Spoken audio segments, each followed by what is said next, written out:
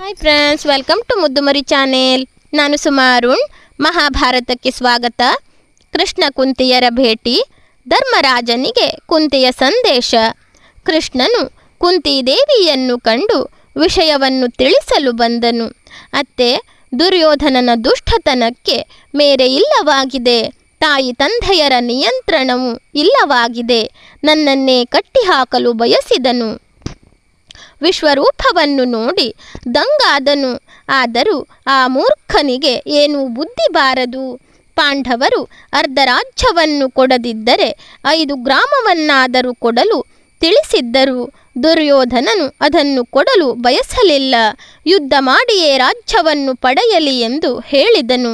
ಈ ಮಾತನ್ನು ಕೇಳಿ ಕುರುಪಾಂಡವರಲ್ಲಿ ಯುದ್ಧ ನಡೆಯುವುದನ್ನು ಅರಿತ ಕುಂತಿದೇವಿ ಕಂಬನಿ ಸುರಿಸಿದಳು. ಕೃಷ್ಣ, ನೀನು ಮತ್ತೆ ಉಪಪ್ಲವ ನಗರಕ್ಕೆ ಹೋಗಿ ನನ್ನ ಮಕ್ಕಳಿಗೆ ಸಂದೇಶವನ್ನು ತಿಳಿಸು ಎಂದು ಧರ್ಮರಾಜನಿಗೆ ಹೇಳಬೇಕಾದ ಸಂಗತಿಗಳನ್ನು ಕೃಷ್ಣನ ಬಳಿ ತಿಳಿಸಿದಳು. ಯುಧಿಷ್ಠಿರ, ನೀನು ಕ್ಷತ್ರಿಯನಾಗಿದ್ದರೂ ಯುದ್ಧ ಮಾಡುವುದಕ್ಕೆ ಹಿಂಜರಿಯುತ್ತಿರುವೆ. ವೀರರಿಗೆ ಇದು ಶೋಭೆ ತರುವ ವಿಚಾರವಲ್ಲ.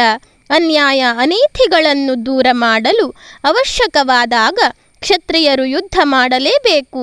ದುರ್ಯೋಧನನು ಮಾಡಿದ ಅನ್ಯಾಯಕ್ಕೆ ತಕ್ಕ ಪ್ರತಿಭಟನೆ ಸಲ್ಲಿಸು.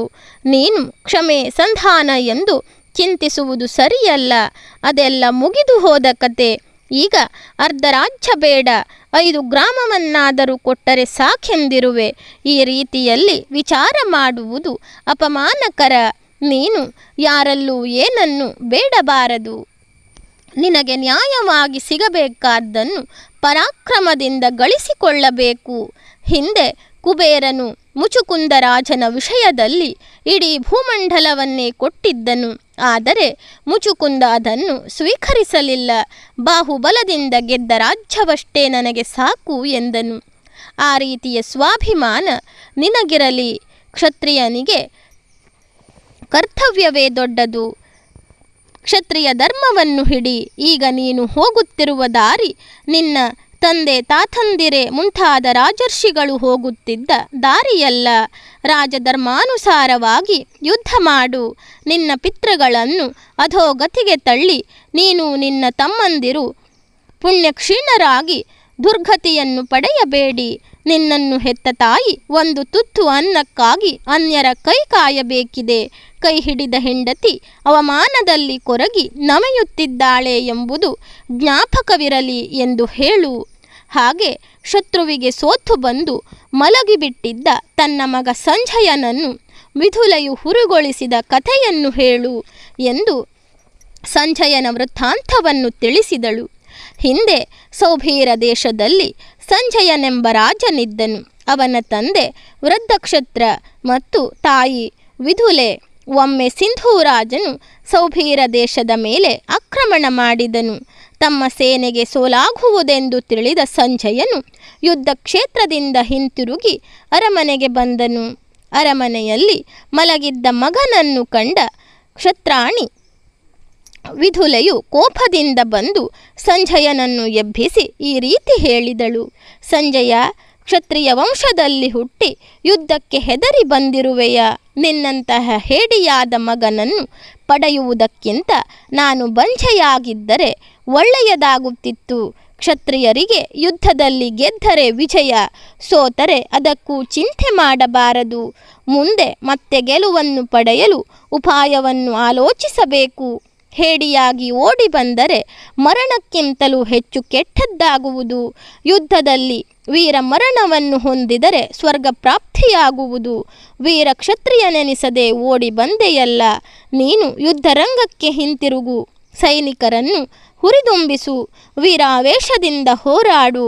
ಸಿಂಹದಂತೆ 4 ದಿನ ಬದುಕು. ನರಿಯಂತೆ ದೀರ್ಘಕಾಲ ಬದುಕಬೇಡ. ಹಸಿ ಸೌಧೆಯಂತಾಗಬೇಕು. ಪ್ರಜ್ವಲಿಸುವ ಕೆಂಡವಾಗು.